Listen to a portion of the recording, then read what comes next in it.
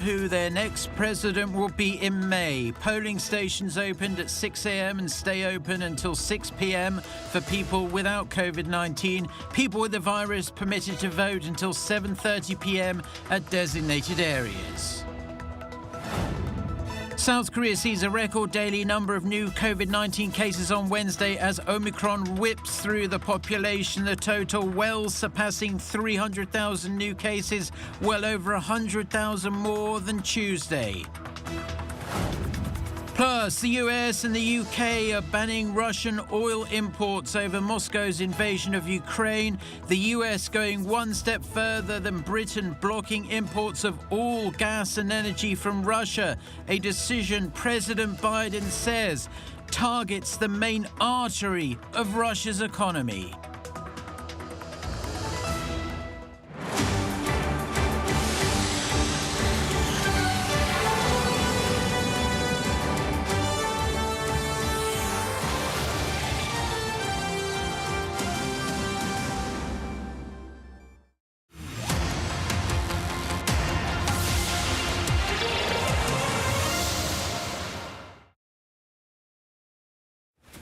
Hello and welcome to this mid-morning edition of Arirang News. I'm Mark Broom. Our top story this morning is naturally the presidential election taking place here in South Korea.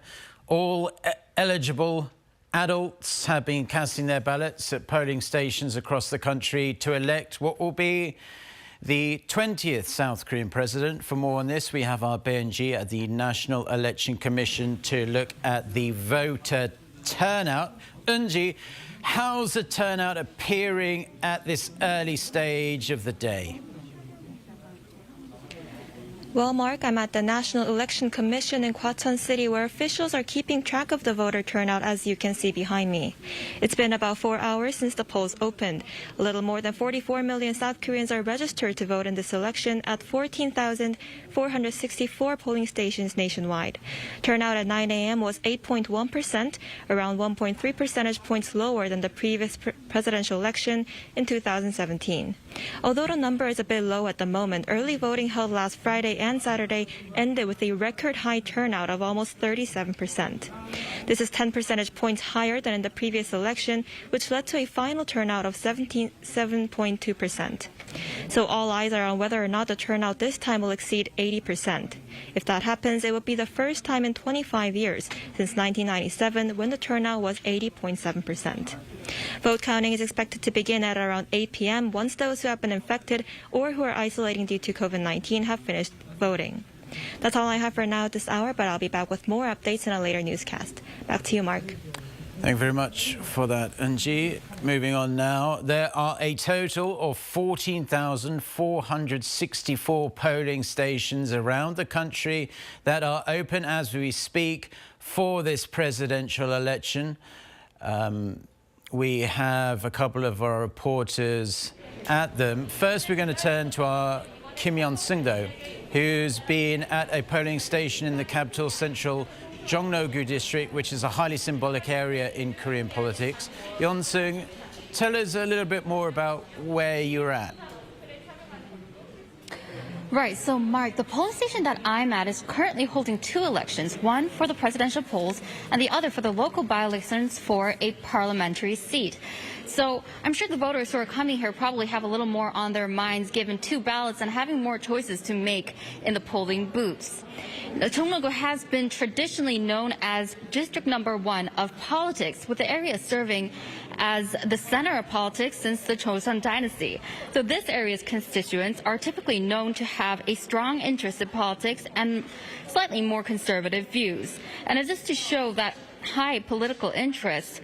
Right when this polling station opened its doors this morning at 6 a.m., there was a long line of people waiting out in the dark and out in the cold to vote. You know, I have been on site during early voting last week, and the polling station today does seem a bit slower than it had been then. But that's probably because the voter turnout has already reached a record high of almost 37% during early voting, like Eunji mentioned earlier. I've asked one of the voters here why she thought the voter turnout was so high and what she's looking for in the next president. Take a listen, Mark. I really hope the 20th president unites both parties and doesn't tear people apart. During the last 5 years, polarization has become serious. There has been a lot of anxiety over economy and security. People's hope showed through early voting, and I expect more people to vote today. Voting will go on until this evening, until 6 p.m. for regular voters, and then it will be open for an extra hour and a half for COVID-19 infected voters or those in isolation, which our reporter Han Sung-woo will fill us in with later. Back to you, Mark.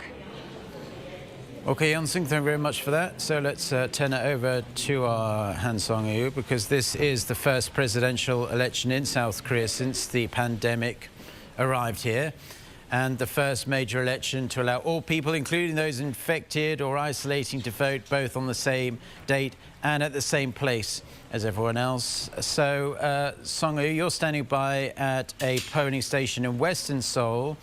Are you seeing many people filtering through there? Well, Mark, there is a line, but it's not so busy, despite the total voter turnout rate projected to be quite high this election, thanks to the early votes that concluded on Saturday. I'm standing here at the Mokdong Youth Center in southwest Seoul, one of close to 14,500 polling stations nationwide, where locals have been casting their votes since 6 in the morning. I've been here since then, and as a citizen, it's good to see people actively exercising their fundamental right, I must say.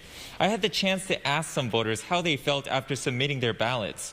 Here's what they had to say. As a Korean citizen, it's an honor for me to be exercising my right to vote on Election Day. I'm hoping the country prospers under the leadership of its new president. A president who provides security, a president who can lift the economy, someone who can maintain and develop Korea as one of the world's 10 global powers. That's the president I want. As for the virus infected and those under isolation, they'll be able to cast their ballots tonight after regular voting ends at 6 until 7:30 p.m. As you mentioned, it's the first time since the pandemic that those affected can vote in a major election, both on the day of the election and at the same location as other voters, albeit separated by time. Health authorities reported that as of Tuesday, there are around 1.16 million people undergoing at-home treatment, of which nearly 900,000 are of legal age to vote. They'll be allowed temporary leave starting from 5:50 before heading to the polls, where officials will check official text messages they should have received from health authorities, along with, of course, their IDs. And this time, unlike during the early vote, which sparked a huge controversy, the virus-infected and people under isolation will be able to place their votes inside the ballot boxes themselves, just like all the other voters, instead of handing them to polling station officials.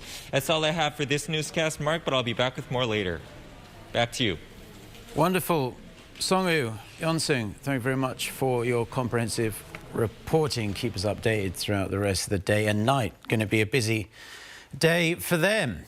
Now, winning the hearts and minds of swing voters, and specifically South Korea's younger generation, could make all the difference in this tight presidential race. Our Kim Bo-kyung walks us through what kind of strategies the different candidates have been formulating in a bid to appeal to this bloc of young voters.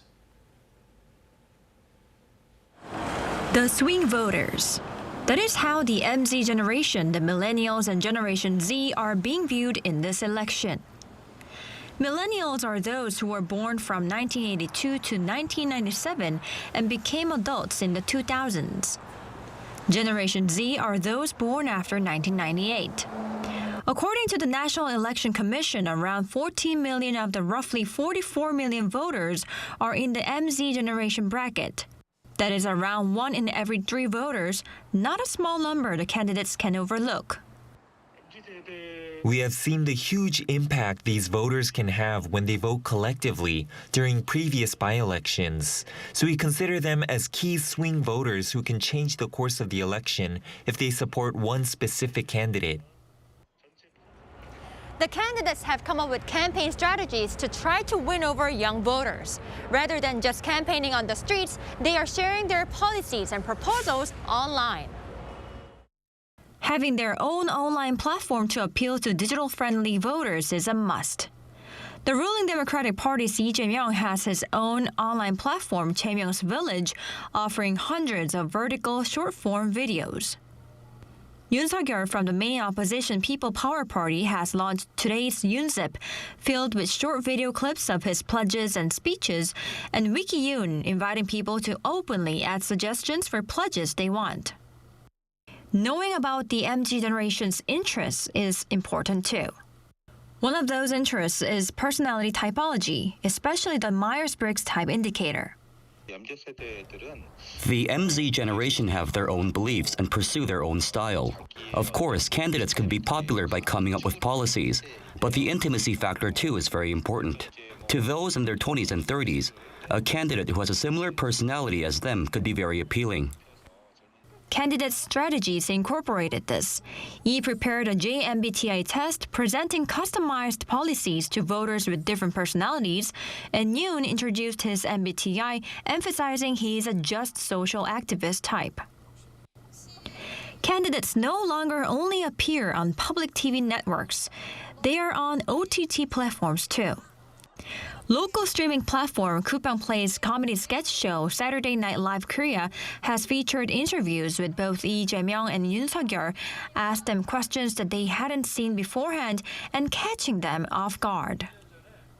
Comedian Hong Jin-kyung's study-themed YouTube channel, Study King Real Genius, even showed the presidential candidates teaching math. In the election, it is important to improve favorability through intimacy, eventually leading to more loyalty when people vote. In that sense, format cannot be ignored. Getting closer to young voters through OTT platforms and social media makes the candidates look friendly and interactive. Presidential candidates are not the only ones trying to use online channels to reach voters. These MZ generation voters are also using social media this election. Casting a ballot and coming out from the polling station is not the final step for tech-savvy young voters. Celebrating their participation, they often whip out phones and share their ballot selfies through social media. People post photos of their hands with ballot stamp marks on social media. I am proving that I voted, and I can also encourage my friends to vote. By doing this, candidates and politicians would know that those in their 20s and 30s are interested in voting and can come up with policies for this generation. Using online platforms or going on YouTube is one thing, but what could be key for these candidates to connect with young voters is whether they can show their sincerity. And if they can do that, it could help them in the polling booths. 김보경, 아리랑 뉴스. 항상 청년 일자리 얘기하는데 그냥 일자리를 얼마큼 만들겠다 이것만 있고 구체적으로 말하는 게 없잖아요. 그래서 뭐 어떻게 어떤 식으로 좀 만들어 주겠다. 아니면 솔직히 일을 할 곳은 많은데 사람들이 꺼려서 안 가기 싫은 거잖아요. 그래서 그런 곳에 복지를 어떻게 늘려주겠다. 뭐 이런 식으로 구체적으로 해줬으면 좋겠어요. 근무 형태가 여러 개가 있잖아요. 그 여러 분야에서 열심히 일하고 있는 그 직원분들 이제 그 직장인 분들이 억울하게 그 극단적인 선택을 하지 않고 좀 그렇게 되는 부분들에 대해서 그냥 개의치 않게 생각하는 게 아니라 어떻게 진심으로 나아가야 이게 개선이 될지 생각해 주셨으면 합니다. 저희도 예전처럼 이 공항이 사람이 붐비고 뭐 여행도 자유롭게 다닐 수 있고 마스크 벗는 거는 뭐 힘들겠지만 그래도 이제 직장인들도 공항에 일하는 모든 직장인들, 항공사 직원들 다 정상 출근을 할 수 있게. 일단 집값 문제가 저는 되게 심각하다고 생각하고요. 그래서 집값 문제가 이제 결혼이나 아이를 낳는 데에도 문제가 있다고 생각해서 그 부분이 꼭 개선됐으면 좋겠습니다. 저희 세대가 저희가 받는 급여로는 내 집 마련이 어렵다 보니까 일단 금리적인 측면이나 이제 대출 부분에서는 조금 규제가 완화되었으면 좋겠습니다. 나라를 잘 이끌어 주시고 청년들이 살아가기 좋은 세상이 되었으면 좋겠습니다. 요즘 갈등이 너무 심각해지고 있다고 체감을 하고 있는데요. 사회 갈등을 좀 봉합하고 갈라치기 정치가 아니라 통합의 정치로 나아갈 수 있는 그런 운영이 되었으면. 청년들이 불평불만이 많은 것처럼 보이지만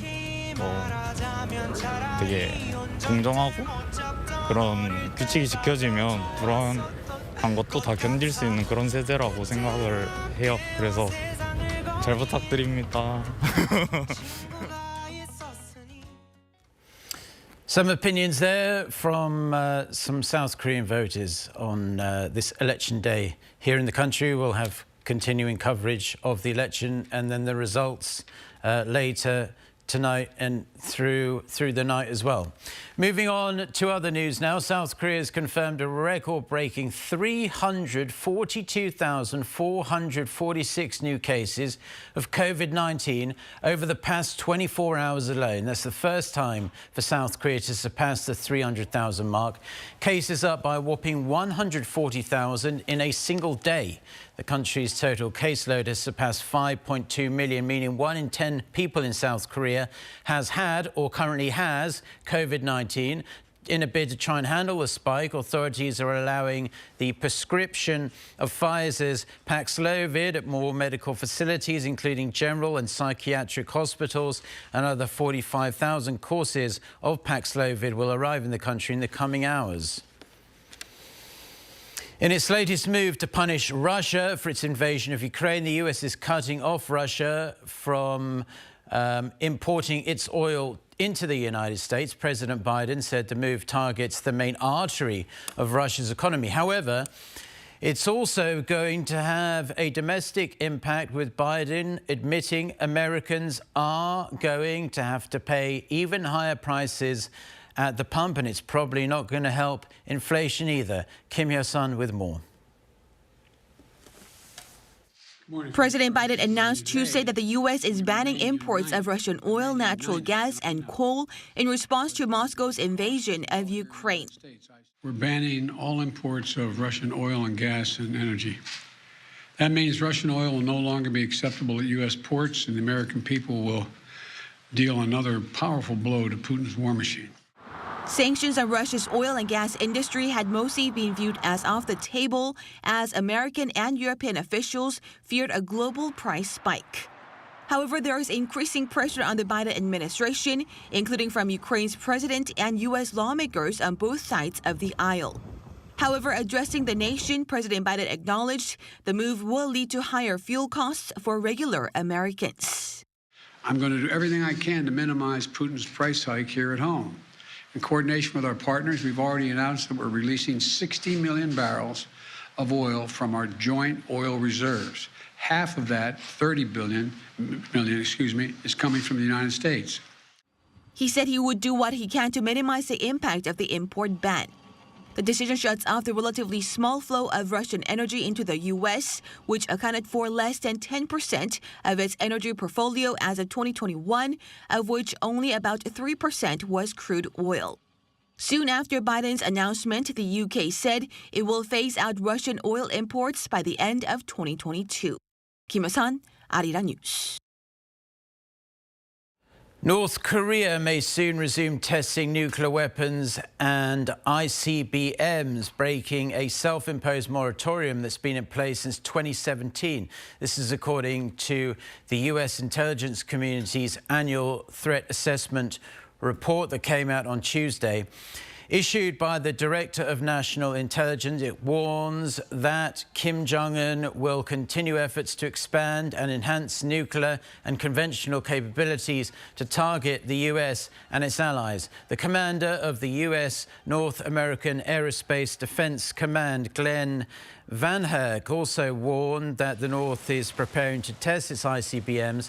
He said that the regime's submarine-based missile launch last October hinted that it will soon resume flight testing of the North's most capable weapon systems, including a new ICBM design. UN-backed supplies have reportedly arrived in North Korea from China by train, according to Radio Free Asia. Over 296,000 doses of combination vaccines were transported during the last week of February. These shots are to be given to children to protect against a number of diseases, including hepatitis B and influenza, in a single shot. This is the first consignment of UN-backed supplies to be delivered to the north since earlier this year, when North Korea resumed rail trade with China after extended border closures due to the pandemic.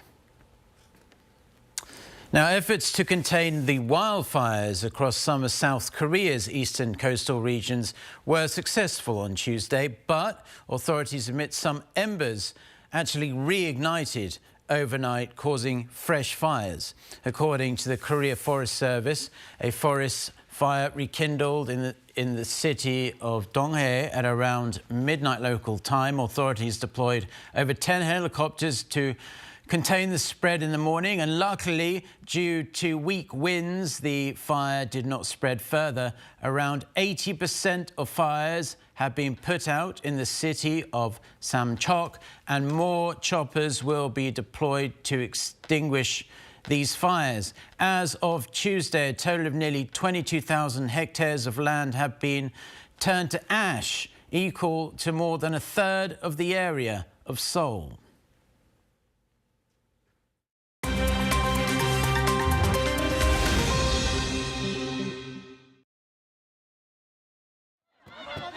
Let's take a look at what's going on in the world now. They say on International Women's Day, you give bread and roses. Unfortunately for many women around the world, they were instead met with violence. Over in Turkey, riot police clashed with protesters who gathered in Istanbul to celebrate the day, as police used pepper spray to disperse a crowd of several thousand in the city's center. Istanbul's governor's office said Monday that it would not allow marches, protesters, or press statements to mark the event in the area. However, women still gathered despite the heavy police presence, leading to scuffles and riot police using their shields to push them back. Meanwhile, over in Sudan, protesters used International Women's Day to rally against military rule, and they were met with tear gas as they approached the presidential palace. Women's rights groups had called for the protest, along with other organizations, as they have been holding rallies since the military took power in October. Iran's Islamic Revolutionary Guard Corps said Tuesday that it has successfully put a second military satellite into orbit. The Noor-2 was placed into orbit 500 kilometers above Earth and follows their first military satellite, which was launched in April 2020. The Noor-1 was placed in orbit 425 kilometers above the Earth's surface. The announcement comes after talks were held in Vienna to revive an agreement restraining Iran's nuclear program. Experts say putting a second satellite in space would be a major advance for Iran's military, raising concerns about the country's nuclear and missile programs. Flood warnings continued across Australia's east coast on Tuesday, while tens of thousands of Sydney residents fled their homes overnight as torrential rains slammed the region once again. The country's eastern rivers were close to overflowing following record downpours over the recent weeks, which cut off towns and swept away farms, livestock, and roads. Meanwhile, the death toll from the week-long floods rose to 20 after the bodies of a man and a woman were discovered in floodwaters. The National Weather Bureau warned of a tough 48 hours ahead for Sydney, with 60,000 people subject to evacuation orders. Batgirl and Flash were among thousands of superheroes seen at the 10th edition of the Middle East Film and Comic Convention in Abu Dhabi. Known as the biggest pop culture show in the region, it brought together nearly 22,000 people for the three-day event. Among the celebrity guests attending the event were Charles Martinet, the voice of Mario in the Super Mario video game series, as well as actress Ming-Na, who voiced Mulan from the animated Disney movie. But most importantly, for comic fans, it was a chance to dress up as their favorite characters. Lee Seung-jae, Arirang News.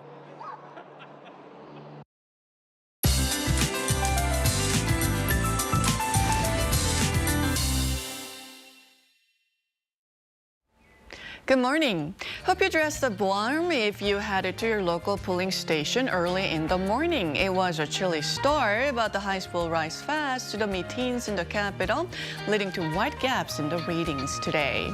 And it's going to feel more like early April than early March this afternoon. Daegu, Gwangju topping out at 19 degrees Celsius this afternoon. However, the comfortable temperatures come with high levels of ultra-fine dust. Central regions, Jeollabuk-do, Gyeongsang-Buk-do, and even Jeju Island will have a dusty day today. Major fires in the East Coast regions have been put out, but weather conditions continue to create a high threat of wildfires, so let's all stay alert. It takes decades, even up to a century, to recover from the damage. Some much-needed nationwide rain is in the forecast on Sunday, while the dust will stay through Sunday as well. With that, here's a look at the weather conditions around the globe.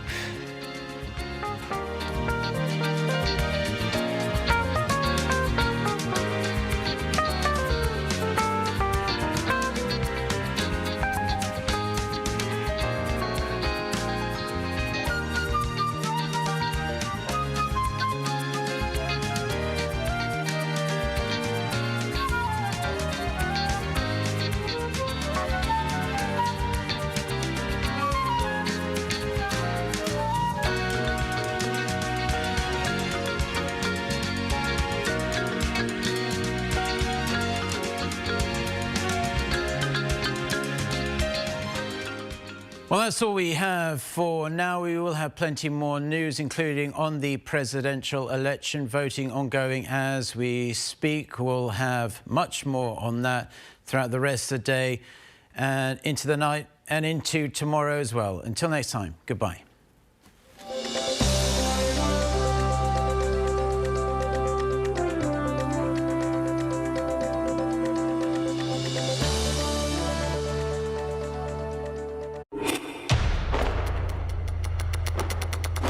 Find the ways of Taekwondo within yourself. The mind that honors respect and kindness. The valor that fears no challenges. The perfect balance of body and mind. Discover yourself.